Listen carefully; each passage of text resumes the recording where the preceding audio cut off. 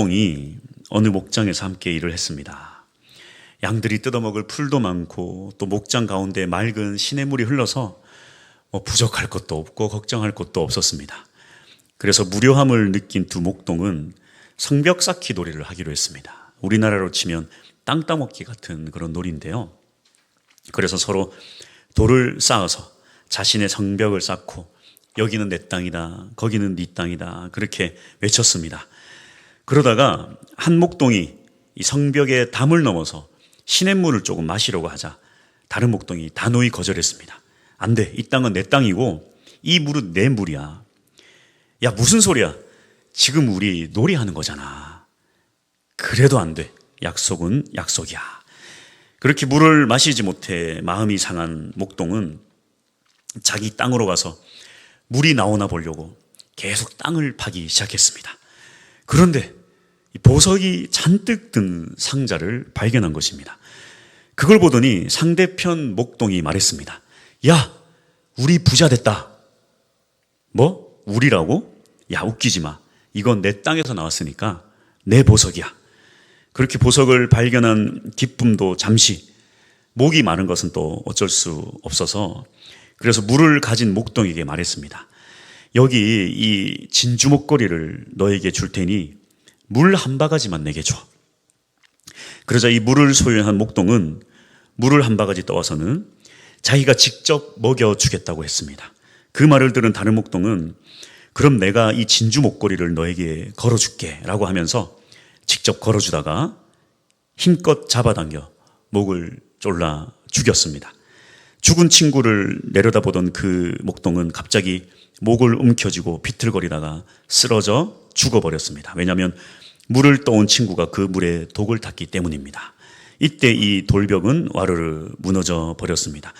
미국의 여류 작가 에드나 밀레이의 극시인 아리아 다 카포에 나오는 그런 내용인데요. 이 에드나 밀레이는 이 비극적인 시를 통해서 인간이 만든 이기심, 즉 인간이 만든 장벽의 정체를 고발합니다. 인간이 만든 장벽은 사람과 사람 사이를 갈라놓고 또 분열시킵니다. 그래서 우리는 누군가와 절교할 때 뭐라고 합니까? 저 사람과 담 쌓았다 이렇게 말합니다. 사람이 살아가는 세상에는 너무 많은 장벽이 존재합니다. 이념 때문에, 빈부격차로, 출신, 지연, 학연, 세대 간의 격차는 얼마나 또 심각한 수준입니까? 사회 곳곳에 이러한 담들이 쌓여져 가고 있습니다. 심지어 교회 안에서도 이러한 문제에서 교회도 자유로울 수 없습니다. 에베소 교회가 그랬습니다. 교회 안에 유대인이 있고 또 유대인이 아닌 이방인들이 섞여 있는데 이 두 부류가 쌓아놓은 장벽은 그야말로 결코 무너지지 않는 장벽이었습니다. 유대인은 뭐라고 합니까? 원래 자신들이 이 선택받은 민족이다 그렇게 기득권을 주장하고 또 이방인들 또한 믿음으로 구원받았기 때문에 이 유대인들의 주장을 받아들이지 못했습니다. 그래서 교회가 은혜보다는 자기들의 주장이 더욱더 강하고 그러다 보니까 이 교회가 분열의 조짐을 보이기 시작하는 것입니다. 원래 이 유대인들은 이방인들을 멸시의 대상으로 봅니다. 그래서 이방인들에게 상투적으로 쓰는 말이 무엇입니까? 이 할례도 받지 못한 자들. 뭐냐면요, 구원받지 못한 자들, 개 같은 민족, 그런 의미로 이 말을 많이 씁니다. 그래서 이방인과 함께 식사하는 것도 수치로 알고 또 이방인들은 그저 지옥불의 땔감 정도로 여기는 게 바로 유대인들입니다. 이토록 유대인들은 이방인들을 인간으로 생각하지 않으니까 그들이 예수를 믿고 교회에 다닌다고 하니까 이 교회 안에서 이방인들을 받아들일 수가 없는 거예요. 더 나아가서 이방인들은 구원받을 수조차도 없다 이렇게 생각을 하는 것입니다. 그러니 이방인들도 얼마나 유대인들이 믿겠습니까? 그래서 이 에베소 교회라는 한 교회에 유대인과 이방인이 함께 예배를 드리지만 결코 하나가 될 수 없는 두 집단이 되어버린 것입니다. 비단 이것은 에베소 교회의 문제뿐만 아니라 초대교회의 거의 모든 교회가 이 문제로 골머리를 앓았습니다. 이러한 초대교회에 특히 이 에베소 교회에 바울은 위대한 복음의 신비를 가르치는데요. 그게 뭡니까? 인간은 비록 담을 쌓고 서로를 증오하고 살아가지만 주님은 그렇지 않으시다. 주님은 우리 모두를 위해 십자가를 지셨다. 그래서 주 예수 그리스도 안에 있으면 완전히 새로운 피조물이다. 그렇게 가르치고 있어요.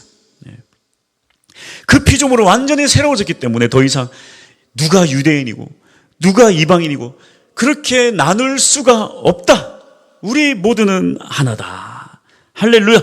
할렐루야. 네. 그러므로 생각하라.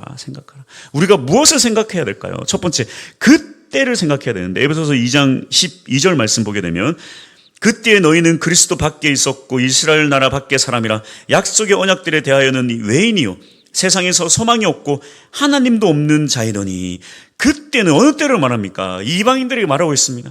너희가 구원받기 전에를 생각하라. 구원받기 전 그때를 생각하라. 허물과 죄로 죽었을 때에 너를 생각하라. 진노의 자노였을 때에 너를 생각하라. 이방인이었고 하나님도 없는 자요. 그리스도 밖에 있었던 자였기에 구원도 얻지 못했던 그때를 생각하라. 그 다음에 생각해야 될 게 뭐냐면 이제 그리스도 안에서 예수 그리스도 안에서 무슨 일이 일어났는가? 13절 이제는 전에 멀리 있던 너희가 그리스도 예수 안에서 그리스도의 피로 가까워졌느니라. 그리스도 예수 안에서 그리스도의 피로 가까워졌느니라. 대단히 중요한 말씀이죠. 이제 이방인과 하나님이 가까워졌고 또 이방인과 유대인도 가까워졌다. 이어지는 14절에서 이렇게 말합니다. 그는 우리의 화평이신지라 둘로 하나를 만드사 원수된 것 곧 중간에 막힌 담을 자기 육체로 허시고 그렇게 딱딱하게 굳었던 담이 무너져 버렸습니다. 어떻게 이런 일이 가능할까요? 바로 예수 그리스도의 피, 보혈로. 이제 그 피로 예수님은 교회를 통해 무엇을 이루십니까? 15절 법조문으로 된 계명의 율법을 폐하셨으니 이는 이 둘로 자기 안에서 한 새 사람을 지어 화평하게 하시고 더 이상 율법이 문제가 되지 않습니다. 더 이상 누가 죄인이냐 누가 의인이냐 너 출신이 어디냐 유대인이냐 이방인이냐 중요하지 않다는 거예요. 예수님은 교회 안에서 무엇을 창조하셨습니까? 바로 전혀 하나가 될 수 없는 이 두 부류의 사람들을 통해서 한 새 사람을 창조하신 것입니다. 할렐루야. 여기에 이 한 새 사람은요, 창세기에 나오는 이 아담과 하와를 창조하신 그 하나님의 능력을 똑같이 표현하는 거예요. 이것이 바로 이 십자가 보혈의 창조의 능력입니다. 여러분, 우리가 깊이 깨달아야 될 것이 이거예요. 십자가 보혈의 능력은 무엇입니까? 십자가는 우리의 죄를 용서할 뿐만 아니라 우리를 구원하는 능력과 우리에게 영생을 주시는 능력도 있는데 그뿐 아니라 이 십자가의 죄 사함과 구원의 감격을 깨달은 자들을 통하여 서로 사랑하게 되고 그렇게 교회 안에서 이전에 없었던 한 새 사람 서로 하나가 되는 한 새 사람이 교회 안에서 창조되었다는 것입니다. 이것이 바로 십자가 보혈로 창조된 한 새 사람입니다. 할렐루야. 이것이 바로 이 십자가의 이 보혈의 창조의 능력이에요. 창조의 능력입니다. 제가 그래서 끊임없이 주장하는 게 뭡니까? 반쪽이 만나서 이 DNA와 이 DNA가 살아서 둘이 결혼을 하니까 평생 둘이 싸우는 거예요. 평생 둘이. 그런데 남자도 완전히 죽고 여자도 완전히 죽어서 서로 결혼을 하면 완전 새로운 한 새 사람이 되는 게 이게 성경에서 말하는 영적 부부 관계다. 이게 영적 부부 관계예요. 그래서요, 우리 믿음의 사람들은요, 양가 부모님들도 뭐 주장하시면 절대 안 돼요. 그건 이 DNA가 살아있으면 안 돼. 이 DNA, 이쪽 부모님과 이쪽 부모님과 이 집안과 저 집안 DNA가 살아있으면 안 돼. 다 죽어서 한 새 가정을 만드는 게 이게 성경적인 이 부부의 원리입니다. 이게 원리예요. 이것이 바로 십자가의 능력입니다. 십자가의 능력이에요. 이 십자가의 능력이 뭡니까? 내 눈 안에 들보를 보지 못하고 형제의 눈에 이 티만 보던 그런 사람이 내 눈에 들보를 발견하는 거예요. 옛날에 이제 나무로 집을 지을 때 이 집의 제일 중요한 기둥, 그 기둥을 들보라고 합니다. 그 들보를 만들 때 이렇게 나무를 깎다 보면 막 나무 이렇게 조그만 먼지들, 나무의 어떤 그런 조그만 것들이 날아다니잖아요. 그게 티예요, 티. 예. 그러니까 내 눈 안에 들보는 못 보고 그 공사를 하면서 내 눈 안에 있는 들보는 못 보고 남의 눈에 있는 티만 본다 그러잖아요. 예수님께서. 예수의 보혈의 능력은 뭐냐?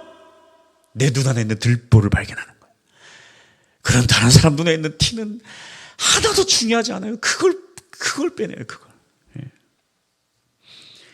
이 십자가 창조의 능력은 바로 이 들보를 보게 하는 것입니다. 이 들보를 보는 순간 내가 죄인임을 깨닫는 순간 바로 예수 그리스도의 십자가 사랑이 내 안에 충만해지는 것입니다. 고린도서 5장 17절. 그래서 어떻게 됩니까? 이제 이전 것은 다 지나가고 그리스도 안에서 새로운 피조물이 되는 것입니다. 이 새로운 피조물은 무엇인가? 오늘 이 에베소서의 말씀이 참으로 중요한 것은 여러분 많은 사람들이 어떤 성경을 적용할 때 그냥 개인 혼자에게만 적용을 해요. 내 몸이 성전이 되는 것도 내 개인에게 혼자에게만 적용하고 이 새로운 피조물이 되는 것도 혼자에게만 적용하는데요. 하지만 바울은 이 모든 것을 교회를 통해 말씀하십니다. 혼자서만 절대 이것을 이룰 수가 없다. 혼자서 성전이 되어가는 것이 아니고 혼자서 새로운 피조물이 되는 것이 아니다. 어떻게 예수의 사랑을 실천하지 않고 무슨 새로운 피조물이 될 수 있단 말인가. 그래서 오늘 이 에베소서를 통해 좀 더 구체적으로 뭐라고 합니까? 이 새로운 피조물이란 나 혼자서만 새로운 피조물이 되는 게 아니라 예수를 믿은 이 교회 공동체 안에서 예수의 피로 서로 사랑하며 하나가 될 때에 비로소 새로운 피조물, 새로운 한 새 사람이 되는 것이다. 이렇게 말씀합니다. 그래서 반드시 기억하십시오. 예수님은 그의 핏값으로 그저 한 개인이 예수 잘 믿고 한 개인이 천국을 가는 그런 개인을 세운 게 아니라 예수님은 그 예수의 핏값으로 교회를 세우셨습니다. 이 사실을 기억하셔야 돼요. 이 사실을. 교회를 세운 이유가 뭡니까? 사람은 무함한 놈은 싸우는데 주님이 그걸 몰라서 교회를 세운 게 아니에요. 그럼에도 불구하고 이 교회 안에서 예수 그리스도 십자가를 통해서 내 눈에 들보를 발견하고 다른 사람 눈에 있는 그 티를 용서하면서 서로 사랑으로 하나 되는 것. 이것이 바로 그리스도인으로서의 가장 가치 있는 사명이기 때문입니다. 할렐루야!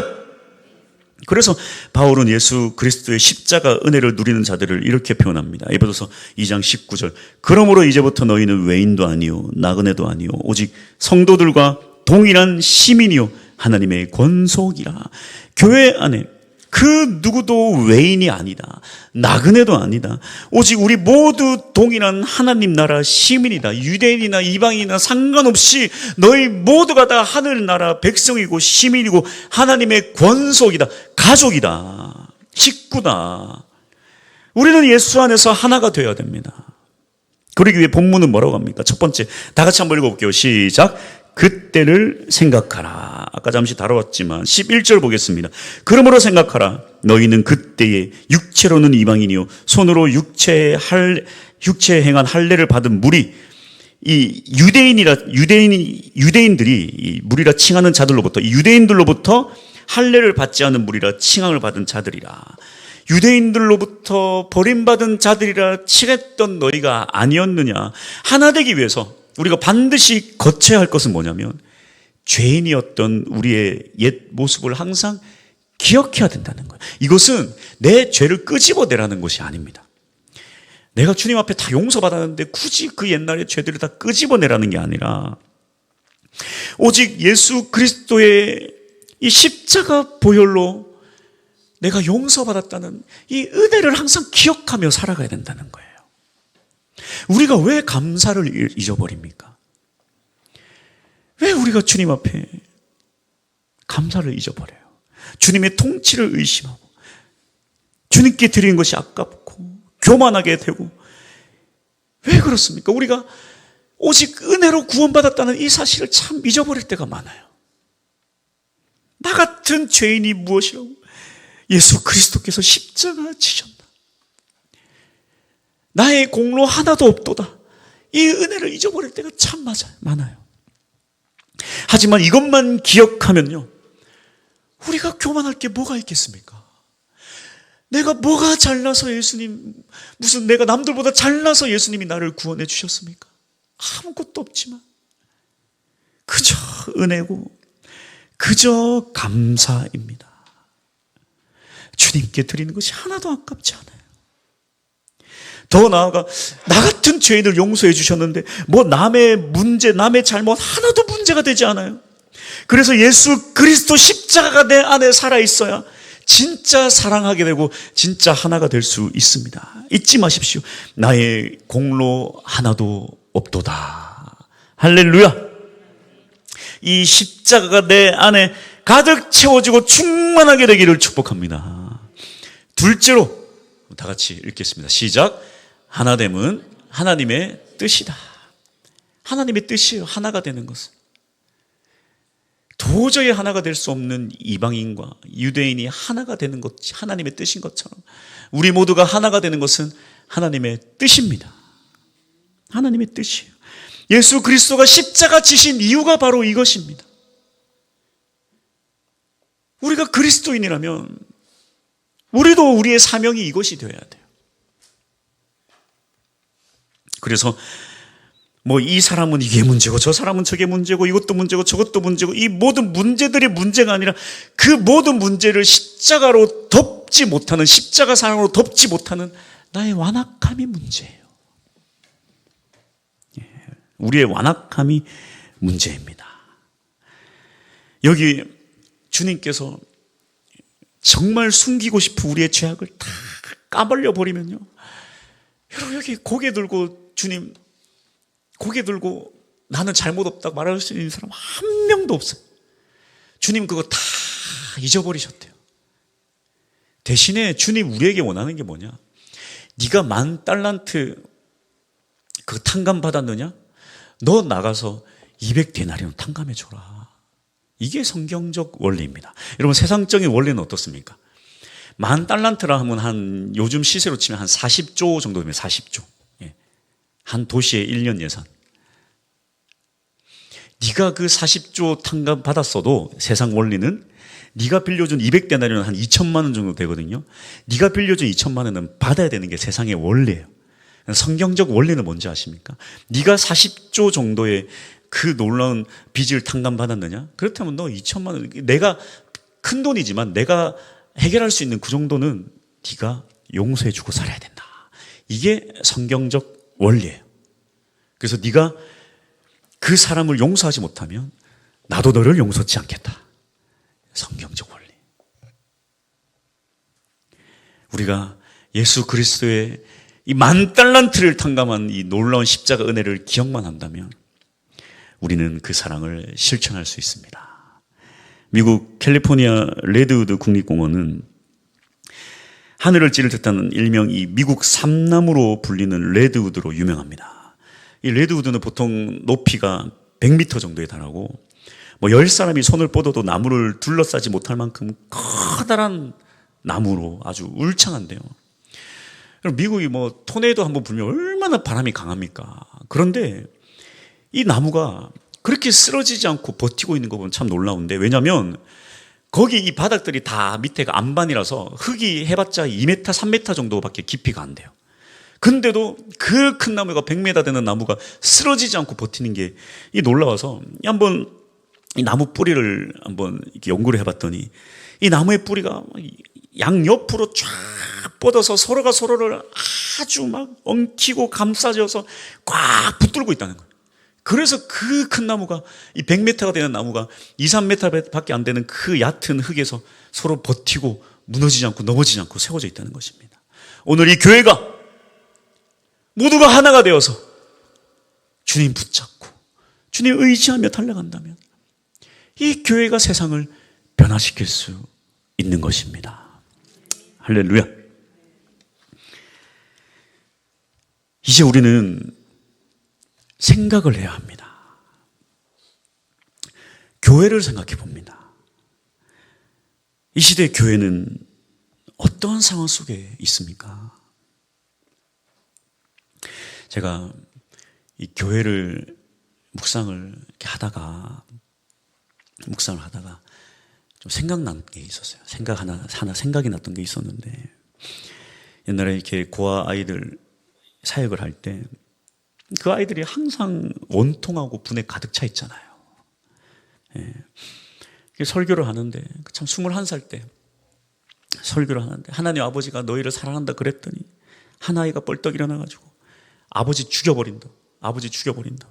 소리치고 울고 나중에 가가지고 너 왜 그러냐 물어봤더니 어릴 때 아버지가 자기를 고아원에 맡기면서 네가 아버지를 네 발로 찾아올 수 있는 나이가 되면 나를 찾아와라. 그럼 받아줄게. 그래서 16살이 돼서 찾아갔더니 다른 여자와 함께 나와서 너 누구냐? 난 널 모른다. 그래도 받아달라고 바지끄레기 붙잡으니까 발로 차고 또 나중엔 집에 들어가서 몽둥이 가져와서 몽둥이로 패고 꺼지라고 그래가지고 아버지를 죽여버린다고. 아버지 죽여버린다고. 반드시 책임져야 할 부모가 이 2명 중에 1명도 책임지지 않는 그들의 인생은 이렇게 막 분노로 가득 채워지는 거죠. 생각이 나더라고요. 왜 그런가? 이 시대 교회가 어떻습니까? 주님 핏값으로 교회를 세우시고 바로 예수를 믿는 그리스도인들에게 이 교회를 맡기셨습니다. 그러나 이 시대 마치 고아와 같이 버려진 교회들이 얼마나 많은지 몰라요. 과거에 여러분 참 어려운 시절에 어떻게 했습니까?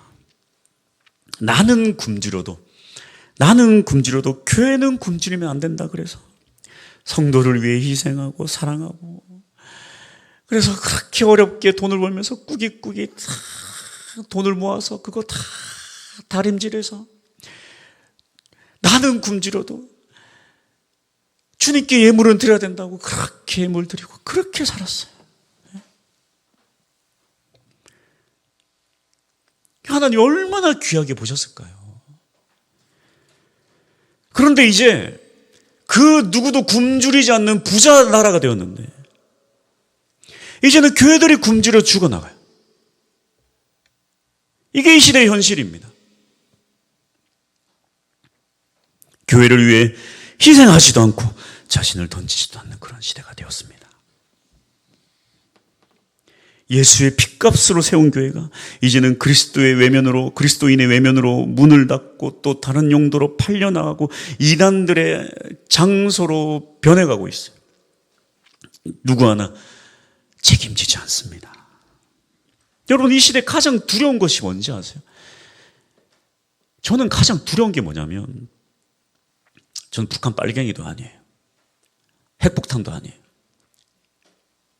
중국의 거대한 물자도 아니고요. 일본도 아니고요. 미국도 아니고요. 러시아도 아닙니다. 이 나라의 정치도 아니고요. 저출산 문제도 아니에요. 환경 기후 문제도 아닙니다. 제가 제일 두려워하는 게 뭔지 아십니까? 그렇게 교회를 사랑하고 교회를 위해 희생해서 주님께서 이 나라를 이렇게 만들었는데 이렇게 축복해 줬는데 주님의 교회를 외면하는 이 시대에 그리스도인들이 제일 두려워요.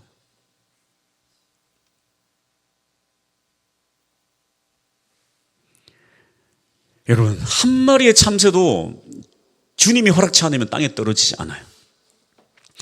그런데 주님이 이 나라를 꽉 붙잡고 있는데 북한 핵폭탄이 우리나라 터뜨려 죽는다고요?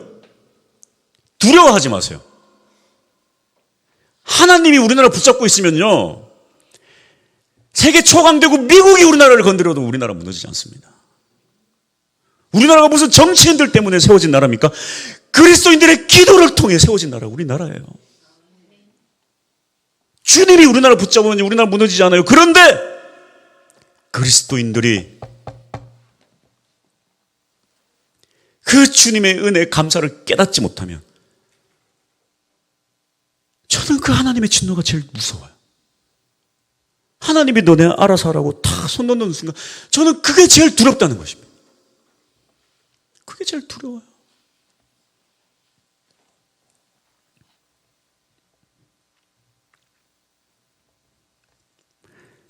이 교회는 바로 저와 여러분에게 주님이 맡기신 교회입니다.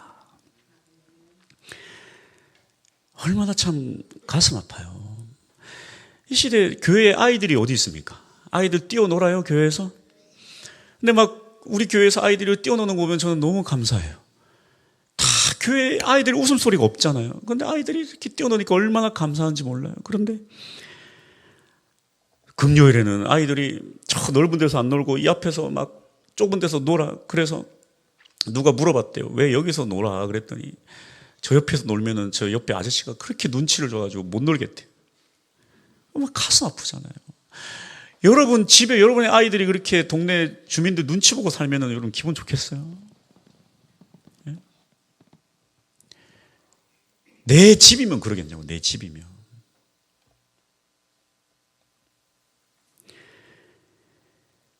여러분 이 예배를 드리는데, 아니 교회가 원래 예배를 드리는데 이사를 왔어. 시끄럽다고 혹은 날 찾아오고 난리가 나. 이걸 어떻게 해야 됩니까? 교회가 다 양보해야 돼요? 예배 없앨까요?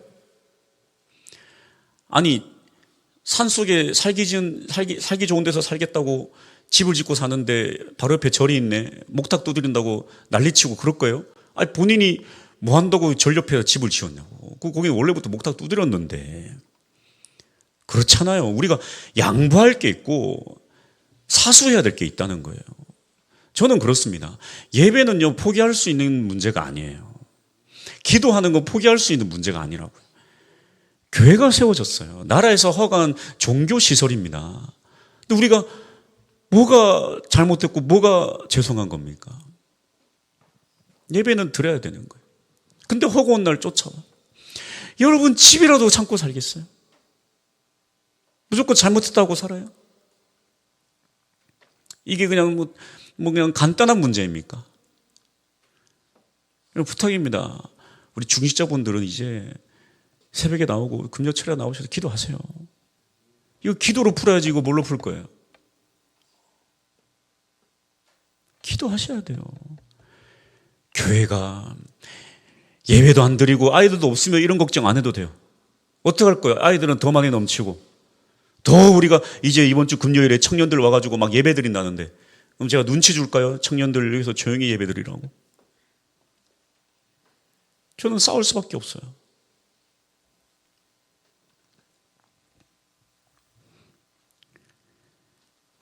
기도하지 않고 어떻게 해결할 것입니까? 여러분 교회 사랑은요, 나도 교회 사랑합니다 이게 사랑이 아니라 책임지셔야 돼요. 책임지셔야 됩니다. 기억하세요. 내가 이 나라가 우리의 한 세대 위에, 두 세대 위에, 세 세대 위에, 저 위에 우리의 어머니, 아버지, 할머니, 할아버지들이 그 눈물로 교회를 위해 헌신했기 때문에 지금 우리가 축복받는 거지. 지금 교회는 다 엉망진창 되는데 내 집 내 집 하고 여러분 그렇게 하시잖아요. 그 다음 세대는요 끝납니다. 끝나요.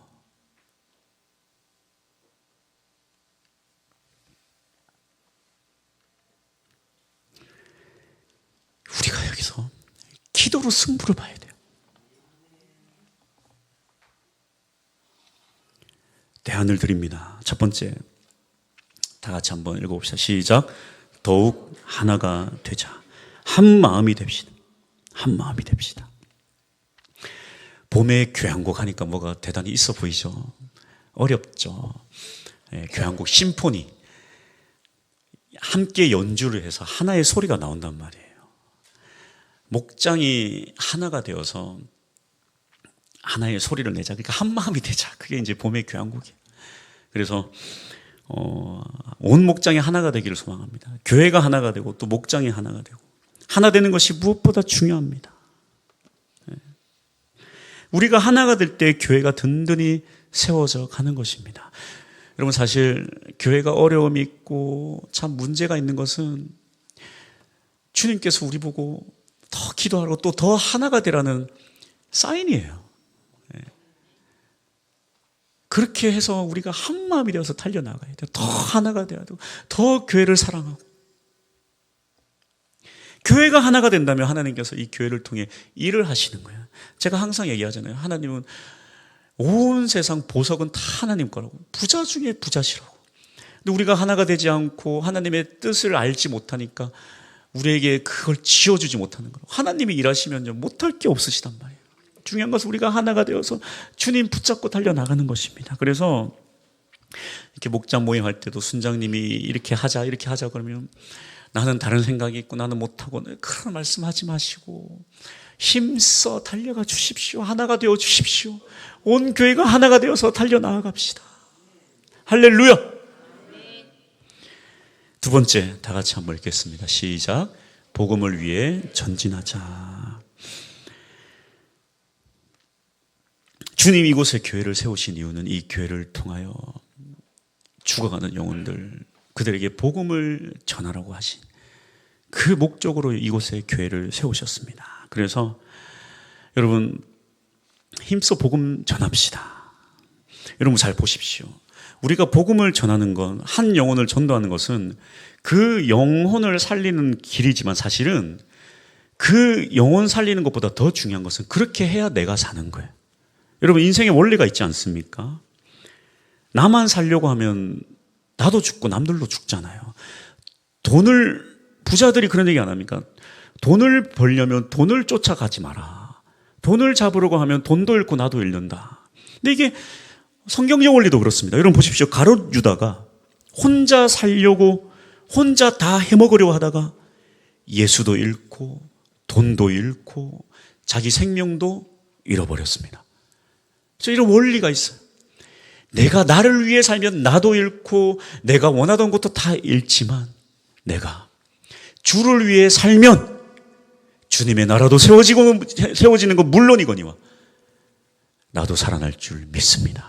내 가정도 주님께서 책임져 주실 줄 믿습니다. 그래서 영혼 구원은 진짜 저 죽어가는 영혼들을 위해서이기도 하지만 사실 나를 위해서고 여러분들을 위해서고 이 교회를 위해서입니다. 이를 위해 달려나아갈 수 있는 우리 모두가 될 수 있기를 축복합니다. 할렐루야. 우리 하나님께 영광을 올리겠습니다.